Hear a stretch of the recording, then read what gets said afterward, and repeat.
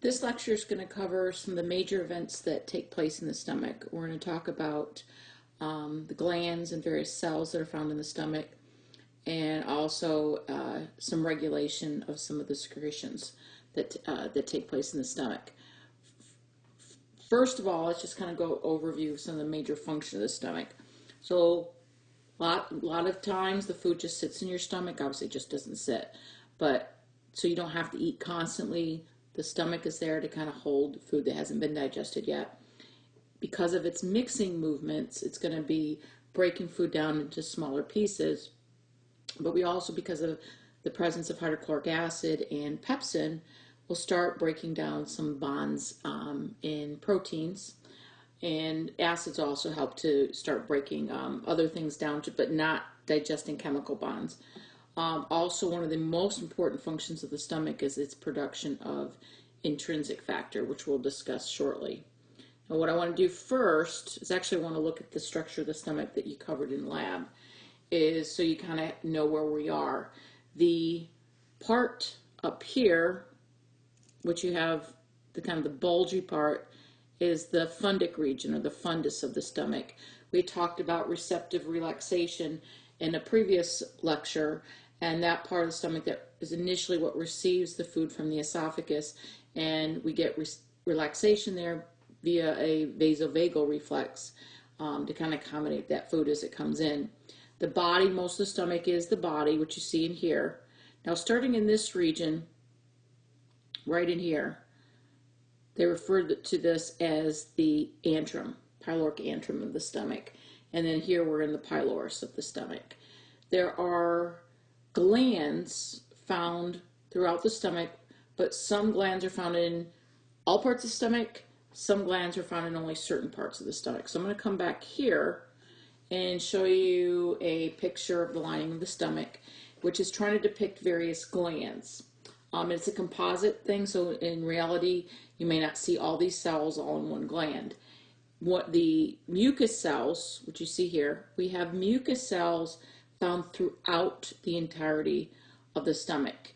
And the mucus is going to help to coat the epithelial surface of the stomach to help protect it from being digested away. You got a lot of acid, you've got an enzyme in there that could digest away the lining of the stomach. So the mucus is very protective. So you're going to find that everywhere. You also have these glands called axanthic or gastric glands. They're going to be found up in this part of the stomach, the fundic part and the body of the stomach. And you'll notice if you look in your notes that it secretes hydrochloric acid, which is actually produced by the parietal cells. It secretes pepsinogen because it has chief cells. And the parietal cells also secrete intrinsic factor, but you also have mucus cells here. Now, the G cells that you see right here are found within the pyloric glands, which are found in the antral and pyloric part of the stomach. So the G cells secrete a hormone called gastrin, but you also will have mucus, because mucus, I said, is secreted everywhere. So we're actually going to go over the different secretions and kind of what they do. We're going to go by pretty much by cell. So the parietal cells, one of the things that they secrete is intrinsic factor, and over here is kind of depicting what goes on. What intrinsic factor is it binds vitamin B12, which you see here.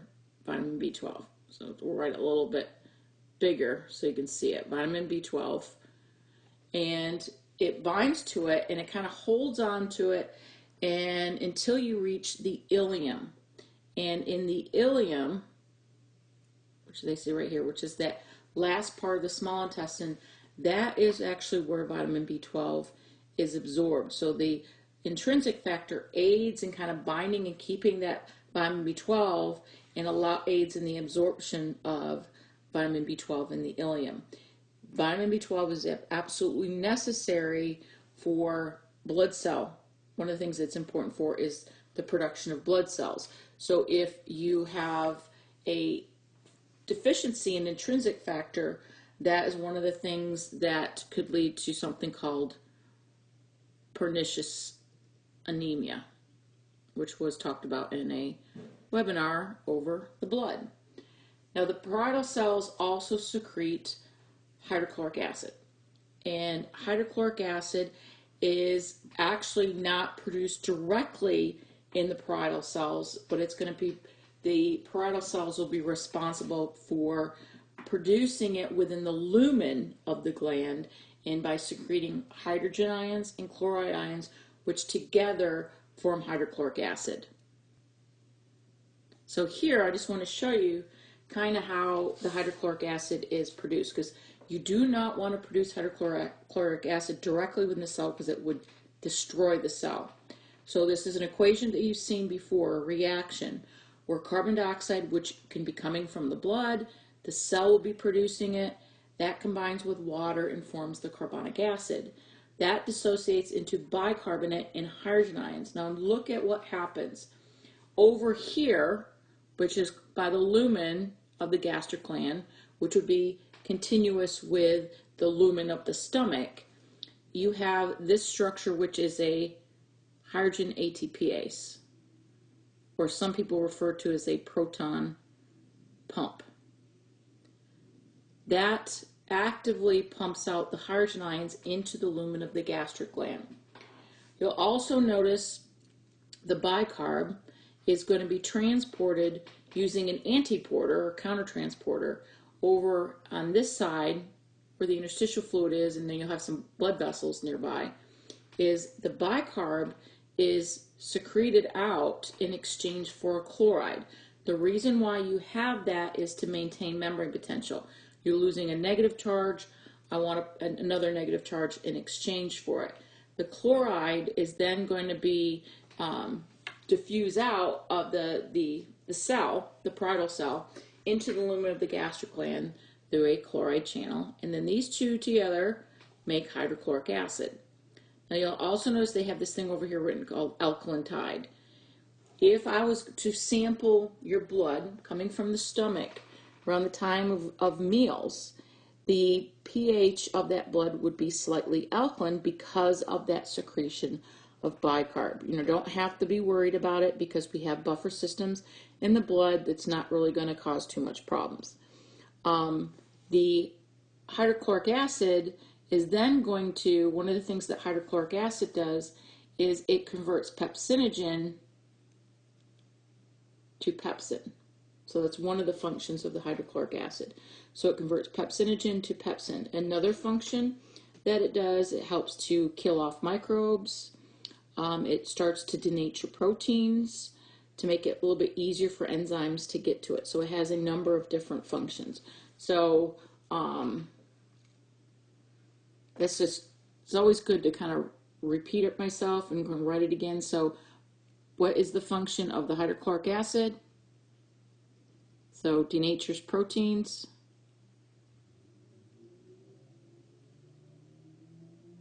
converts pepsin or pepsinogen right up to pepsin, kills microbes. Okay, so that's what the hydrochloric acid does. So parietal cells are involved in hydrochloric acid production as well as the production of intrinsic factor. The chief cells, which they were, they're just showing you light here, they're producing the pepsinogen. Pepsinogen is inactive. It has to be converted to pepsin, and that's what the hydrochloric acid does. Pepsin starts digesting, or I should say digests proteins, but it doesn't do a significant amount of digestion. There's so many more enzymes you need to completely digest proteins. So the product of pepsin digestion is you're going to still have some proteins, and you'll have some various polypeptides or maybe some peptides, but you're not going to have a lot of or complete protein digestion. Now the G cells of the stomach secrete gastrin, which is a hormone. And what gastrin does is it circulates in the bloodstream, but when it comes back and it targets these cells referred to as enterochromaffin-like cells, which you have written in your notes. You don't have to worry about trying to spell it. These enterochromaffin-like cells, what they do is they release, what you see here is H, they release histamine, and histamine will target the parietal cell.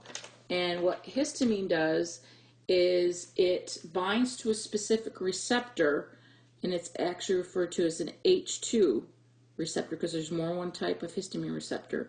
The H2 receptor is found on the parietal cell. And what it'll do is it stimulates the parietal cell to secrete hydrochloric acid. So hydrochloric acid can be stimulated by the gastrin via its production of histamine. But what you'll also notice on this slide is there's a number of different things that can affect the secretion of hydrochloric acid. You'll see the neuron, and the A refers to is acetylcholine. So you have enteric neurons, but you also have the parasympathetic nervous system that releases acetylcholine as a neurotransmitter. The acetylcholine can target the parietal cells, but you'll notice it also can stimulate the enterochromaffin-like cells to release histamine, which then again targets the parietal cell. You also have neurons that stimulate the G cells to secrete gastrin. The gastrin is also stimulated by the presence of things like proteins in what you eat. The more protein in whatever you're eating, the more gastrin release. But you think about what should make sense. I'm going to need more hydrochloric acid to be able to digest those proteins. I'm going to need it to denature them, and I'm not going to need to convert pepsinogen to pepsin. So a number of different things could affect hydrochloric acid secretion. Now there's one more cell I wanted to talk about in the stomach, and it's called a D cell. The D cells secrete somatostatin. You've heard of somatostatin before when we talked about the endocrine system, and somatostatin is one of those things that inhibit growth hormone secretion, but somatostatin is also produced by these D cells in the stomach. And what they do is, you'll notice that you see all these little red arrows with these little negative signs next to them, is it inhibits hydrochloric acid production and secretion. And it does it in a number of different ways. It directly inhibits the enterochromaffin-like cell, it directly inhibits the parietal cell, and it also inhibits the secretion of gastrin by the G cell. Now what would trigger somatostatin release is if the pH of the stomach gets too low. So it's kind of a protective, kind of like a negative feedback type of mechanism. Is if pH of the stomach gets too low, somatostatin will be released to kind of stop it. You'll notice also that it says food in the stomach, it says it buffers acids. So when you have food in there, it does buffer the acids to prevent that pH from getting too low, which would then stimulate the release of somatostatin. If also what I had mentioned earlier is depicted on this slide is if you have proteins or peptides. Peptides are breakdown products of proteins. Is proteins or peptides within the food that you ate will stimulate the G cell to release gastrin because you need that to digest proteins. Also, which is good, I like that on this slide, is that it shows you that if you have food in your stomach, you stretch the stomach, it triggers local reflexes via the enteric neurons, so the enteric nervous system. They're going to release acetylcholine, which targets the parietal cells, which stimulates hydrochloric acid secretion. So there's a lot of things involved in regulation of secretions within the stomach.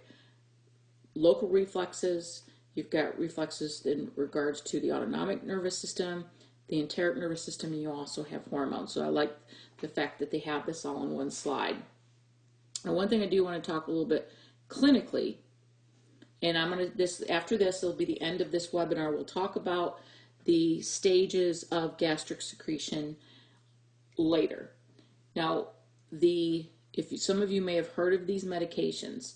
Prilosec is omeprazole. So omeprazole is kind of the generic. Prilosec is a name brand for omeprazole. The omeprazole or Prilosec, what they do is they're given to people, as they say, you see, it says acid reducer. So you have people that overproduce stomach acid. And what they are is they're proton pump inhibitors. So these two, what they do is they inhibit that hydrogen ATPase. So if you can target that proton pump and inhibit it, you're going to produce less hydrochloric acid. So that's one of the means that people use to reduce acid.